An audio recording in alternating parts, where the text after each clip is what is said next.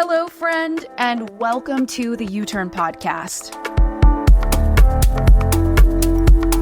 This is the absolute place for you if you are ready to create a business, a career, a personal brand, or just a life that you are so proud of. And every single week, I'll be bringing you PhDs, subject matter experts, psychology practitioners, business leaders, all onto the show to elevate your success in your work and also your life so that you can leave a legacy, you can amplify your authority, and you can really skyrocket the amount of opportunities that you are creating for yourself in your career, whether you're in corporate or you're a business owner. My name is Ashley Stahl. I'm an international best-selling author of the book U-Turn. Get unstuck, discover your direction, and design your dream career. And most importantly, I'm the CEO of Wise Whisper Agency. I'm a top 100 TEDx speaker on the internet, and it inspired me to start Wise Whisper because my company now has a completely done-for-you process to get your signature talk written and booked on stage. In fact, we've written more than 100 TEDx talks, and we've placed more than 100 clients on stage as speakers for TEDx events. And now I'm on a mission to help every change maker that I know impact millions and share their story. So right now, I'm excited to bring you right into this week's episode. All right, friends, you know U-Turn Podcast brings you very special people, and often I get introduced them. And today I'm bringing you no exception. It's Patrick McGinnis. He's an international venture capitalist, host of hit podcast FOMO Sapiens, author of international bestseller Fear of Missing Out, Practical Decision-Making in a World of Overwhelming Choice. And actually, he coined the term FOMO, my friends. So as well as the term FOBO, fear of a better option, in a 2004 article in a student newspaper of Harvard Business School, FOMO has since been added to the dictionary, and FOBO has become increasingly popular as a framework to describe choice paralysis. So he's presently starring in a multimedia, multi-year advertising campaign promoting FOMO, fear of missing audience. I mean, I could go on for so long. He's also international bestseller of the 10% Entrepreneur, which is live your startup dream without quitting your day job. He's been covered everywhere: New York Times, Political, Financial Times. And just like I spoke on the TEDx stage in 2019, he gave a popular TED Talk in 2019 on FOBO and decision making. You have to check it out. Patrick, thank you so much for being here. It's so good to be here. Thanks for reading all that. It's so nice. Yeah, I mean, and those of you who don't know, working in counterterrorism in the military gives you the fear of God for being late, and I'm so late for this episode. So I'm speaking in 1.5x me right now because I want as much of I can get out of you. I can talk fast too. Don't Okay, worry. cool. I want to hear a little bit about, you've written a lot about this idea of FOMO, and I think a lot of people have scarcity thinking. They are constantly wanting to be somewhere else. They constantly think they should be somewhere else. I've fallen victim to that myself. How do we get out of that? I love that you started with a solution. That's really good because when we have FOMO, we are feeling anxiety that there's something better happening than what we're doing right now, and we're afraid of being left out of a beneficial collective experience.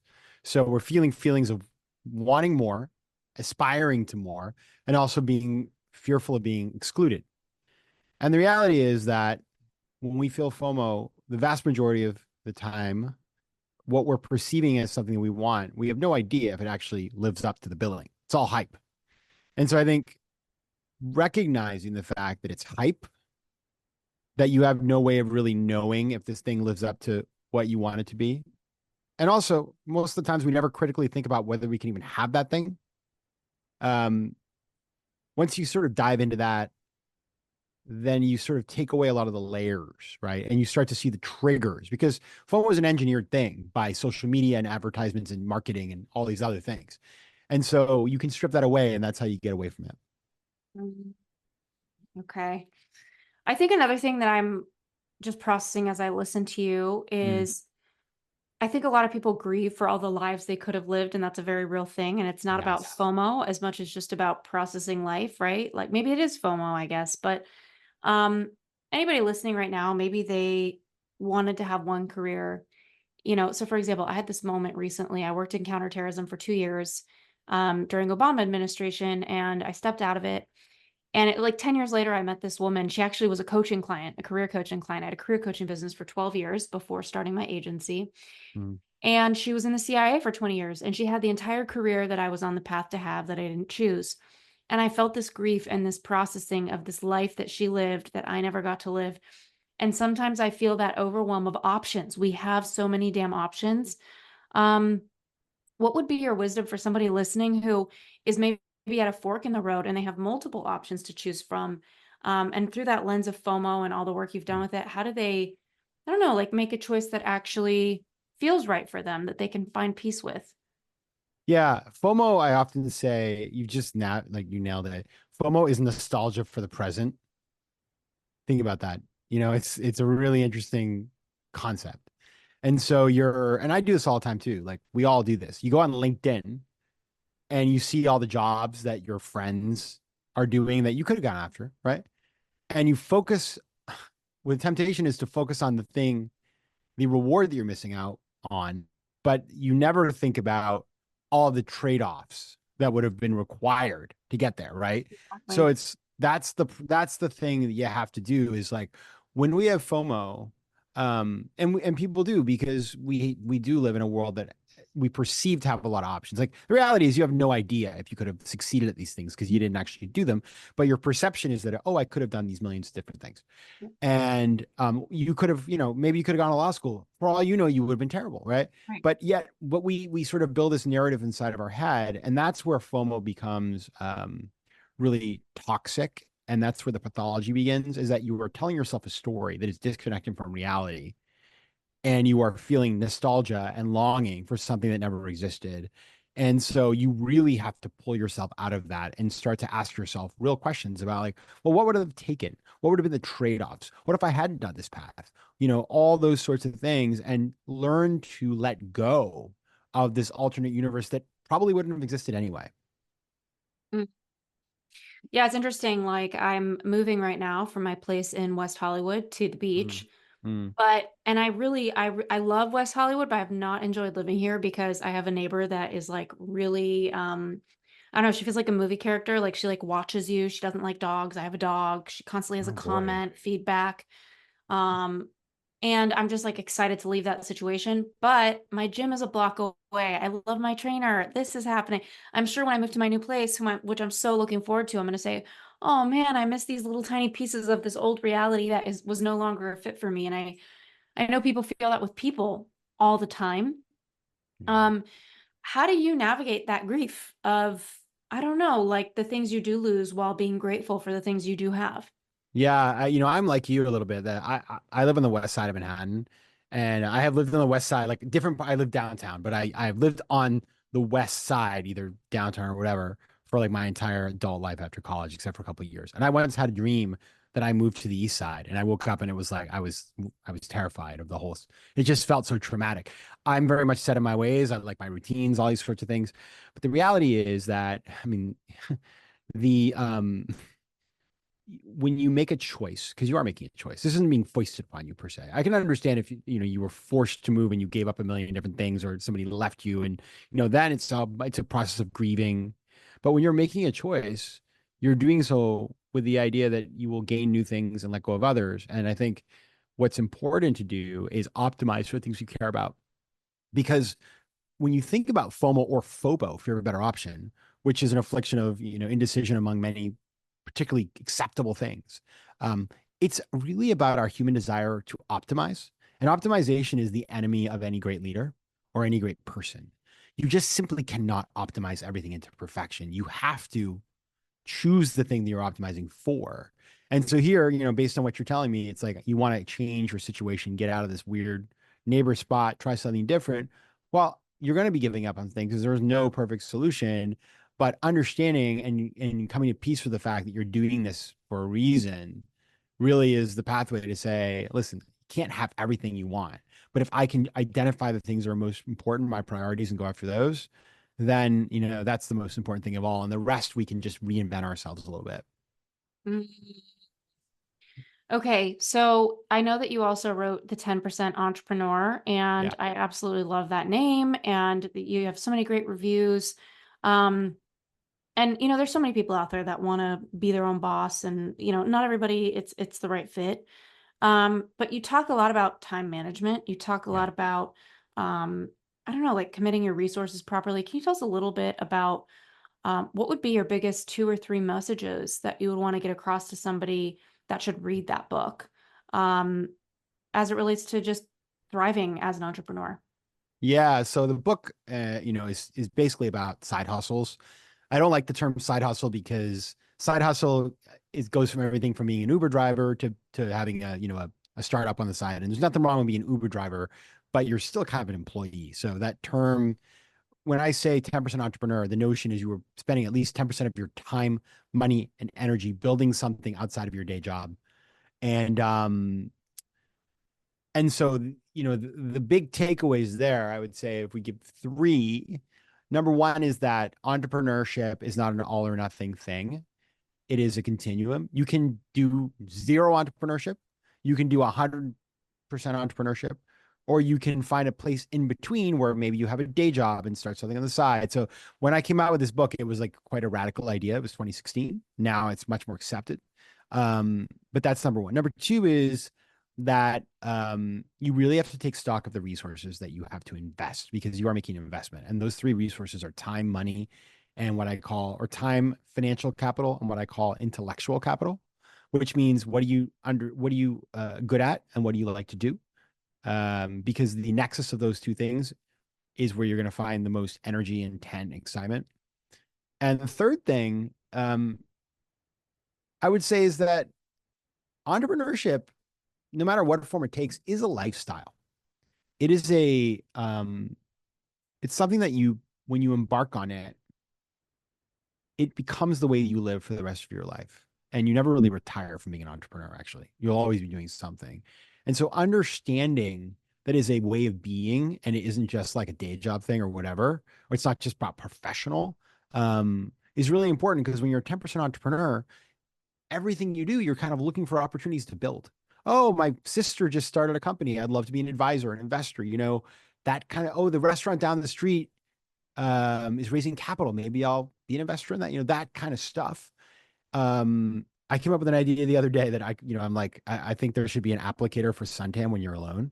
And I was like, maybe I should start that company. I'm not going to do it. So if somebody wants to do that, just send me a free sample. But again, it's like the idea of constantly coming up with ideas and then potentially doing them or giving away to other people. That's the idea of the 10% entrepreneur, is building that muscle so you can use it over and over and over again, whether in your day job at some office, for a company, or in your own endeavors. And my muted was on. Okay, so another thing that I'm just thinking about is, Mm. like, you talk about FOMO, and then you have this stuff about 10% entrepreneur, which is all great. Mm. I think a lot of people are constantly feeling like they should be an entrepreneur. Do you have any thoughts on like who that path is a fit for personality wise, just Yeah. based on all your experience? Yeah, I just was literally talking about this today. So you're hitting me at the right Oh, how time, funny. because yeah, I mean, it's because it's hard. First of all, it is so hard. Let's just put it out there. Like, there are days when I'm like, I don't know about you do this, but I'm like, some days I'm like, man, I would just love to go to some company, show up at 10 a.m. because nobody goes to work anymore. So like, work from home, screw around all day, and like get paid. Like, that sounds pretty nice. Not have to think about, because like the thing about when you're an entrepreneur, like when you're working for a company, a lot of what you're doing is checking off somebody else's to-do list for you. Like, you're tasked with things to do and you do them. You go down the list, you do them. Maybe you do more than that. And certainly, like, but a lot of it is that. And like, it's annoying because you don't have autonomy, but like, it's nice to just like, whenever somebody tells me to do something, I do it and then I'm done and I move on my life. When you're an entrepreneur, you have to make the to-do list first, and then you have to do the thing.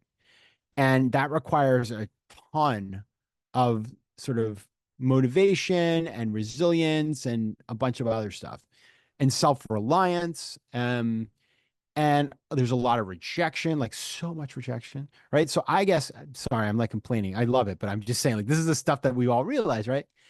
And so what I would say, who is entrepreneurship for? Entrepreneurship is for somebody, it's very simple. if you go to job interviews and you're like, I can't see myself in any of these places, combined with I have an idea that I think I could do, combined with I can actually show a little traction around this idea and I can prove, I can actually like execute on a basic business model, then I think it's great. But the beauty of the 10% entrepreneur in respect to this is that when you think about businesses growing their sales beyond forecasts, you probably think about a product with very high demand, a very focused brand, and influence-driven marketing. But an often overlooked secret is actually the businesses behind the business making selling simple. For millions of businesses, that business is Shopify. Shopify is home to the #1 checkout on the planet, meaning way less carts going abandoned and way more sales going. So if you're growing your business, your commerce platform better be ready to sell wherever your customers are scrolling or strolling on the web, in your store, in their feed, and everywhere in between. Upgrade your business and get the same checkout brands like Mattel and Heinz use. Sign up for your $1 per month trial period at shopify.com/U-turn, all lowercase. Go to shopify.com/U-turn to upgrade your selling today. Again, that's shopify.com/U-turn. you can keep your day job and try this stuff out before you quit and go full time. Because like just quitting your job, like I've seen this a million times. Like I'm done with my job. I work on Wall Street. I'm over it. I quit. I'm going to start a company. Well, 6 months go by and you realize you kind of suck and you're racing through your savings. And then you go back and ask your boss for their job back. I've seen this like a million times. And so you don't want to be there. Avoid that. Start something on the side. Like just try to write a business plan. If you find that you don't want to work on it on the weekend, that's incredible information that you didn't have before. And so I don't think like entrepreneurs are made or born, but I think that like it's very situational. And I think that the only way to know if you're meant to do this is to try different ideas till you find the one that you just can't quit. Yeah, and I think we face so many challenges people don't talk about as entrepreneurs. Like I think when people who don't own a business think about entrepreneurship, they think, how am I going to survive? How am I going to make money? That is one piece of the challenge, is customer acquisition and leads. The other piece of it is service, right? Like offering a great service or product. And then the other piece is like, once you got that right, maybe you have a great product and you have leads coming in, but then the #1 reason people refund is customer experience, nothing to do with product. Then you got to make sure you have a good ops person, like, midwifing people through their experience of you, if it's not you. And then there's other things that come your way, right? Like one email, I've gotten an email, randomly about a sound bite that I was using from YouTube 10 years ago in an online course that I got a cease and desist over, just using a sound bite. I had no idea. I didn't understand the law. So, it ended up costing me 50 grand to pay, in lawyer fees. It was just a literal YouTube clip of a ambient song I liked that I shared with my students. There's so many weird things that come to find us. And there's so many rules and admin things people don't know. I know you work in venture capital. I saw that. Your world in VC is so many phone calls, so many pitches, so many sifting throughs. How do you manage your time and how do you choose which meetings to take and which meetings not to take? Oh boy. Well, so I do, my career at this point is really three things. I mean, I do investing part of my time. I do, sort of content, as it were, media. And then I have an executive coaching company that I started last year, which has been super fun because it's like, you know how it is. It's like venture capital, but if you really love the day after you close the investment, then you love coaching because it's just like, it's wonderful. And so I found that all those three things go really well together. It's very symbiotic. How do I manage my time? #1, by choosing things that are highly complementary. So everything supports the other thing. The investing business, I find great ideas. The media stuff, I'm always learning new things and building my profile so that people are interested in meeting with me. The coaching business, it's about going deep with entrepreneurs, stuff like that. But, what I've had to do, I have this new mantra because to be honest, I kind of suck at managing my time, if I'm going to be honest. Like I say yes to too many things. And I have had to learn not to do that because at the end of the day, we have limited time. And the mantra that I've come to, which I think is really helpful, is before I do anything, I ask myself, is this on my to-do list or somebody else's to-do list? And if it's on somebody else's to-do list, that could be fine. It doesn't mean I'm not going to do it. I'm not like a totally selfish person, of course not. But what it means is I am just taking a minute before I just say I'm going to do something, because I do a lot of things out of obligation. I feel bad. Oh, but I like this person. But I really ask myself, like, okay, but why am I doing this? And the other thing I tend to do, Ashley, that's another huge unlock for me, because I do have massive FOMO. There's a reason I invented that word, because I'm like Mr. FOMO. Is that when I get a lot of, and cool things, nice invites are fun and interesting. And I got this wonderful invite to go to India and give a talk.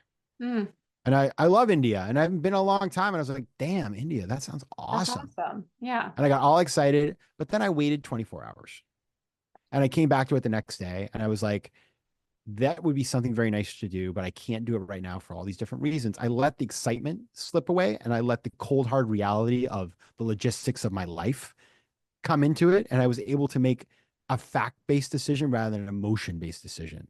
So waiting a little bit after something comes across your plate can be really helpful. Mm, mm. Speaking of waiting as like a strategy, I Mm. know that you are, given all the things you're working on, you're a creative person. How do you stay creative? Like, how do you keep your creative process, or do you have a creative process? Like, you've written 2 books, so Yeah. at least, so I imagine there has to be something going on there in order to keep you moving. Yeah, any tips for anybody listening about that? Yeah, man, you're so like in sync with me today, Ashley, because Yo, I'm you psychic, are, Patrick. I mean, you're doing your homework, because with my current season of FOMO Sapiens, the theme is the power of creativity, Mm, because I had a couple of different people come to me and say like that they felt I was really creative, mm, which is so, by the way, like I will take that I will take that all day long. It felt really good. And as a kid, I was crazy creative. And then the world beat that out of me and I came back to it, as an adult. And it's awesome. But I had lost it. I was like an office jockey, and I didn't get rewarded for being creative. So therefore I didn't bother. Whereas now, like when I'm creative, there's clear benefits. So what I tend to do, my brother is a jazz musician, and so he like has been a bit of a guide for me on this stuff.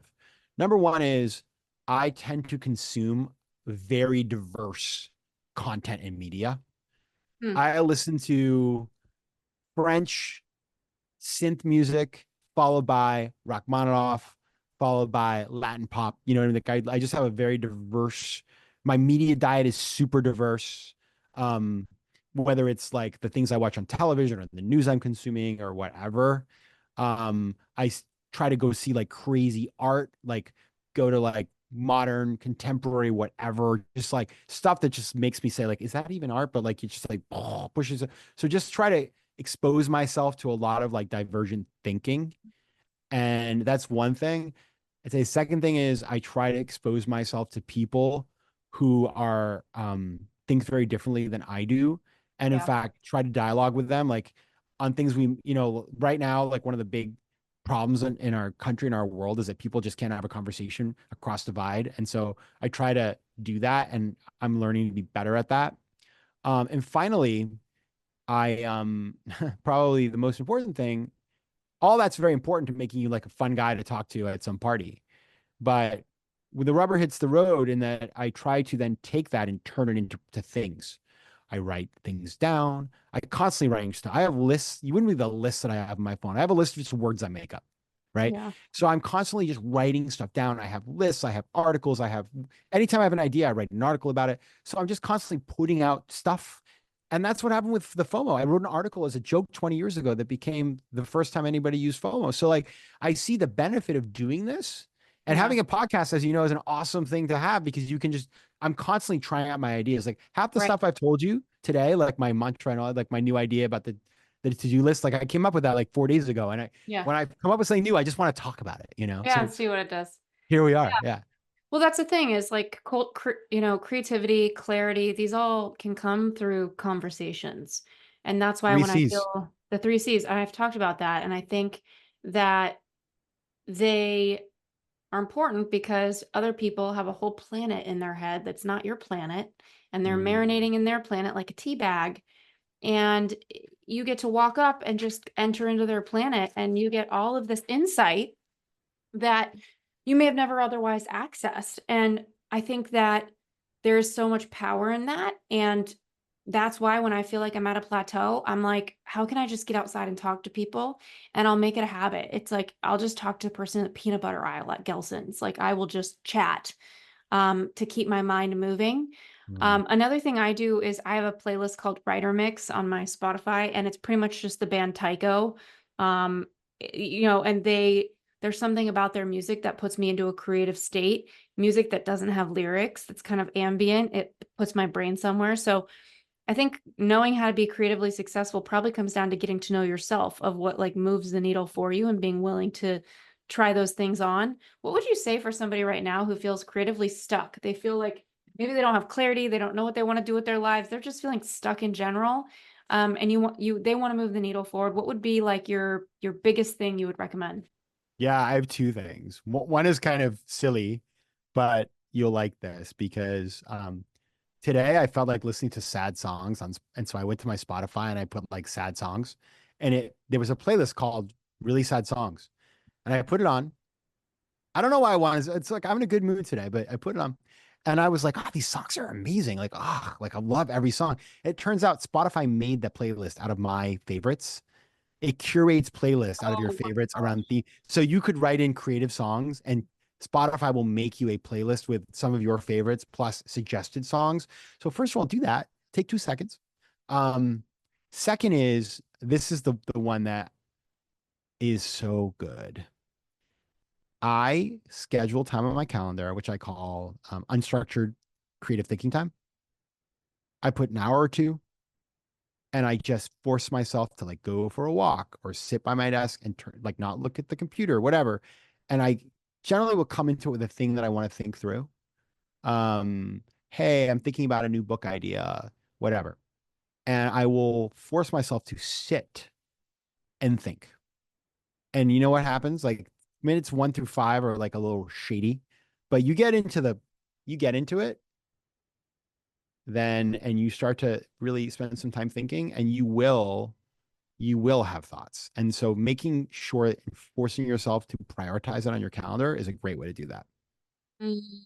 This has been so awesome. Is there something I haven't asked you about FOMO or 10% entrepreneur thinking, or about creativity that you think, oh, we can't leave this conversation without me telling the U-Turn audience about it?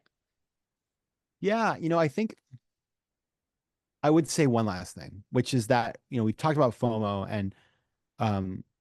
and it is important to note that FOMO can be a force for good because it's an incredible motivator of our behavior.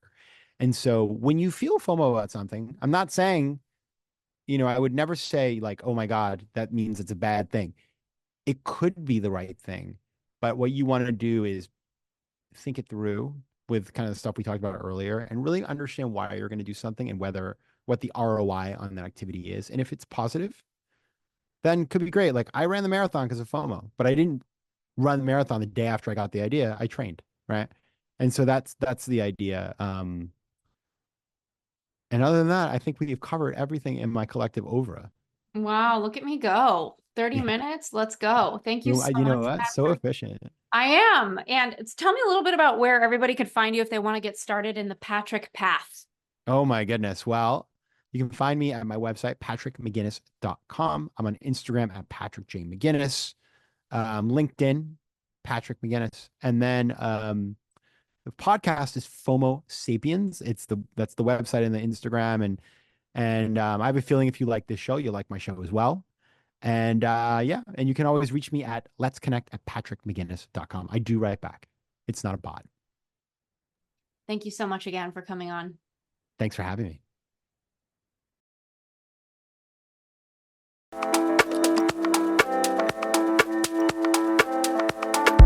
Thanks for tuning in to the U-Turn podcast. I hope you learned so much in this episode and you're putting it into action today. We would love to hear from you. Slide into my DMs at Ashley Stahl or leave a written review if you're inspired. It would mean so much to us.